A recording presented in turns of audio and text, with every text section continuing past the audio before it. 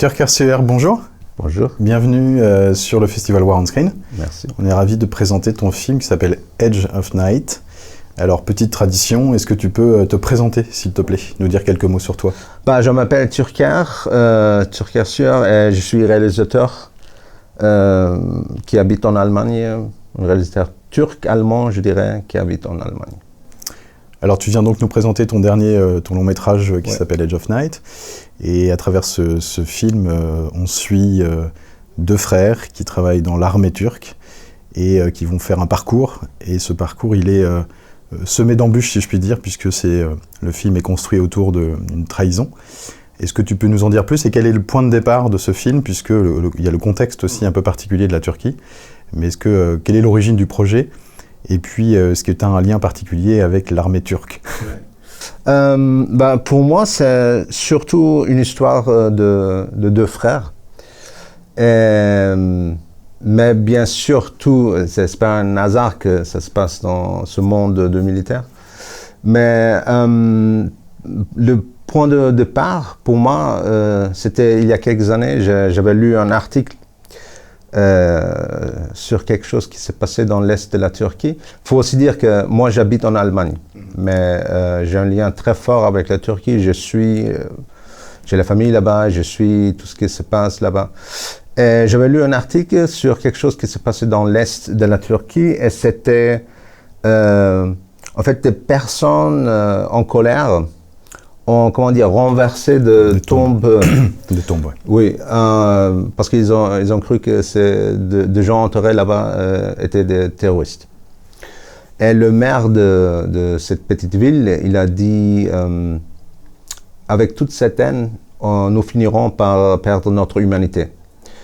Et cette phrase m'a vraiment hanté. On dit, non? Hanté, oui. Hanté, et j'ai réfléchi vraiment longtemps là-dessus, et c'était donc plutôt tout ce film, c'est quelque part c'est l'essai de comprendre, essayer de comprendre qu'est-ce que ça veut dire en fait d'être un être humain sous ces conditions dans un pays où il y a beaucoup de méfiance, beaucoup de colère, beaucoup de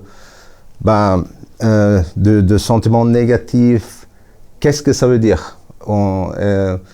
Qu'est-ce qu'on trouve comme stratégie de survivre dans un environnement comme ça? Et donc, je voulais explorer ça et voilà le film. Et donc, ces deux frères, ils vont faire un voyage. Donc, il y a le contexte, on le voit très bien dans le film à travers des images de télévision, d'actualité, puisque l'action qui est sur quelques heures seulement se passe au moment du coup d'État en 2016.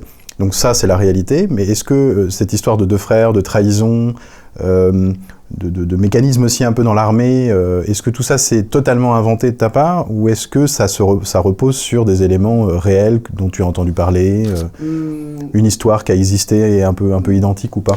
Non, l'histoire en soi est inventée par moi. Le cadre, bien sûr, évidemment, c'est un cadre réel. Non, mais l'histoire est inventée par moi parce que c'est vraiment difficile d'expliquer. Parce que c'est toujours aussi dans mes courts-métrages avant, j'ai toujours fait des films sur des frères, sur la famille. Donc, il y a quelque chose qui me tracasse, apparemment, et peut-être je devrais faire une thérapie pour comprendre pourquoi. Mais je reviens toujours à ce genre de sujet. Donc, ça, c'était tout de suite clair quand je voulais, comme je disais tout à l'heure, je voulais explorer ça. C'était tout de suite clair que, ce sera deux frères. Il faut aussi dire, je trouve la famille est un très bon miroir. Tous les conflits qui se passent dans une famille sont toujours un bon miroir de conflits qui se passent dans la société. Donc, je trouve que c'est une bonne relation, ou une relation très intéressante. Et puis l'institution militaire qui, je crois, est très structurante en Turquie, enfin très importante, très présente. Et du coup, j'imagine que ça a une force aussi symbolique très forte sur ce que l'armée représente en Turquie, ce qu'elle incarne. Est-ce que tu peux nous dire un petit mot sur justement la place de l'armée dans la société turque? Oui, non, sûrement. L'armée turque a une place, moi je dirais, très importante dans la société, aussi dans le quotidien, elle est très visible. D'accord. Par exemple, en Allemagne... On les voit pas. Exactement, on dirait qu'elle n'existe pas. Mais en Turquie, elle est très très visible. Moi, je dirais qu'elle est très très importante. Ça a changé aussi ces dernières années, surtout après le coup. Mais donc il y a ça. Et je trouve que quelque part l'armée, puisqu'il y a tout le monde est dans l'armée à un moment donné, je trouve que c'est une bonne représentation de la société aussi. Et aussi peut-être ce monde militaire reflète aussi peut-être une société qui est en train de devenir plus autoritaire, au moins si on regarde de l'extérieur. Et ton film, du coup, décrit un peu les arcanes du système militaire turc, avec ses histoires de trahison, de manipulation. On ne sait jamais trop sur quel pied danser dans ton film, on ne sait jamais trop quoi penser, ce qui est en train de se passer. C'est toujours un peu mystérieux. Mais du coup, j'imagine que tu n'as pas eu d'accord particulier ou que tu n'es pas rentré en relation avec les autorités pour faire ce film. Non. Non, on n'a pas fait ça. On a réfléchi. Est-ce qu'on devrait le faire? Mais finalement, on l'a pas fait. Et c'est vrai qu'on l'a pas fait parce que on voulait pas, en allemand, il y a cette expression, et je crois qu'il y a quelque chose de similaire en français, on voulait pas réveiller de chiens dormants. Ok. Donc ça veut dire que là, on est tranquille, on va pas créer des situations où peut-être les gens vont regarder de beaucoup plus près notre projet, tu vois. Mais c'était même pas, finalement, je crois que tout le monde savait ce qu'on faisait. C'était pas, on n'a pas fait quelque chose de secret, etc. Moi et aussi mon producteur turc, c'est une coproduction allemand-turc. Ni moi ni le producteur turc avaient un doute là-dessus qu'on puisse faire le film en Turquie. Mais c'est vrai quand même qu'on a parlé de ça. Et c'était... malheureusement, il y a un climat où on ne croit pas, mais qui sait? Il y a en effet ce doute. D'accord. Moi, j'ai une double question qui est liée à la... Parce que le film est une pure fiction, dans le sens où il y a... On sent, on en parlait hier, un plaisir de metteur en scène, un travail sur la lumière, sur le cadrage, sur la tension, le rythme, etc., qui est très très fort. Donc je voudrais que tu me racontes un peu quelles étaient tes intentions. Est-ce qu'elles étaient claires dès le départ ou est-ce qu'elles sont arrivées au fur et à mesure du processus? Et puis dans ce film qui est une pure fiction, un peu en mode thriller, tu convoques le réel avec ces images d'actualité, la télévision qu'on voit à plusieurs reprises. Est-ce que ça, c'est quelque chose qui est arrivé un peu plus tard dans l'écriture ou est-ce que c'est quelque chose que tu avais en tête dès le début, de convoquer sur ce coup d'État qui est en train de se passer? Utiliser les images, par exemple. Oui, ça c'était clair depuis le début. Au début, c'était même encore plus. Mais en même temps, je me suis aussi demandé, ok, peut-être enlever toutes les images. Mais finalement, j'ai décidé pour cette version qui est dans le film parce que... Mais ça, c'était clair avant le tournage. Une fois on a commencé, c'était déjà clair. Parce que j'avais eu quand même le sentiment que j'ai besoin des images pour le spectateur. Parce qu'en Turquie, bien sûr, personne n'a besoin de ces images. Parce que c'est vraiment gravé dans leur mémoire. C'était un événement très, très marquant en Turquie. Mais en dehors de la Turquie, non. Donc, j'ai fait le film pour tout le monde.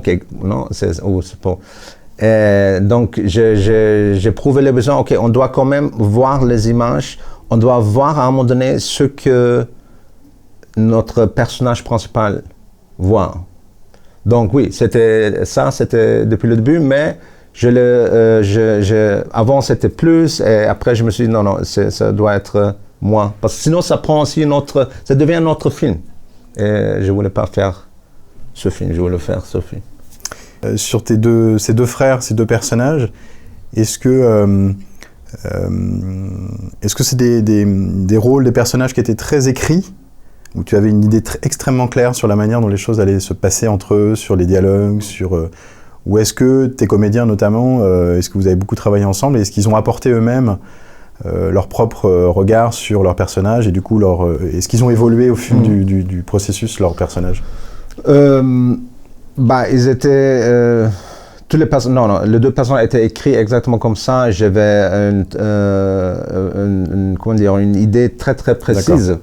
Et selon ça, j'ai fait le casting. Mais bien sûr, les acteurs, ils ont rapporté quelque chose, mais pas en changeant le personnage, mais en le rendant vivant, bien sûr. Mais ils étaient depuis le début comme ça. Et les acteurs sont des acteurs... le casting de ton film, des acteurs un peu connus en Turquie? Oui, ils sont un peu connus. Ils sont un peu connus, oui. Et je trouve, déjà j'aime bien les deux acteurs, mais je trouve ça marche très bien comme frère en fait. Il y a cette dynamique qu'on sent. Non? Parfois tu rencontres des gens où tu ne le connais pas, et il y a un échange entre une phrase qui, je sais pas, n'a rien à voir avec... Mais tout de suite, on sent que c'est une famille. Ça peut être genre deux frères, deux sœurs. Non, parce que je trouve ça marche très bien avec eux. On sent qu'ils ont une histoire ensemble. Moi, après, c'est aussi au spectateur. Et une toute dernière question, parce qu'il y a, le style du film est un style très tout en tension, en mode, comme je disais tout à l'heure, un peu thriller. Quelles sont tes influences, toi, cinématographiques? Qu'est-ce qui t'anime? Il y en a plein. Le cinéma américain? Aussi, oui. Non, il y en a plein. Mais c'est vrai, là, je veux dire quelques noms qui sont très importants pour moi. Et plus tard, j'ai oublié. Alors, 2-3 noms? Oui. De films ou de cinéastes qui t'ont marqué, qui te marquent, un film qui m'a marqué, ça sera peut-être... déjà, Raging Bull de Scorsese, parce que pour moi, c'est surtout une histoire sur deux frères. Tout à fait. Exactement, et je trouve, c'est surtout même. Tu aimes les histoires de frères? Apparemment. Après, Coppola, Apocalypse Now, c'est aussi pour ce film un film très important. Et Kurosawa est très important. Buñuel, j'adore Buñuel, surtout le film qu'il a fait plus tard avec Jean-Claude Carrière. Est-ce que par exemple, on parle d'histoire de frères, est-ce que The Guard, par exemple, de James Gray, c'est un film, tu vois ce film où il est question de frères aussi qui partent dans deux directions différentes? Non, je sais.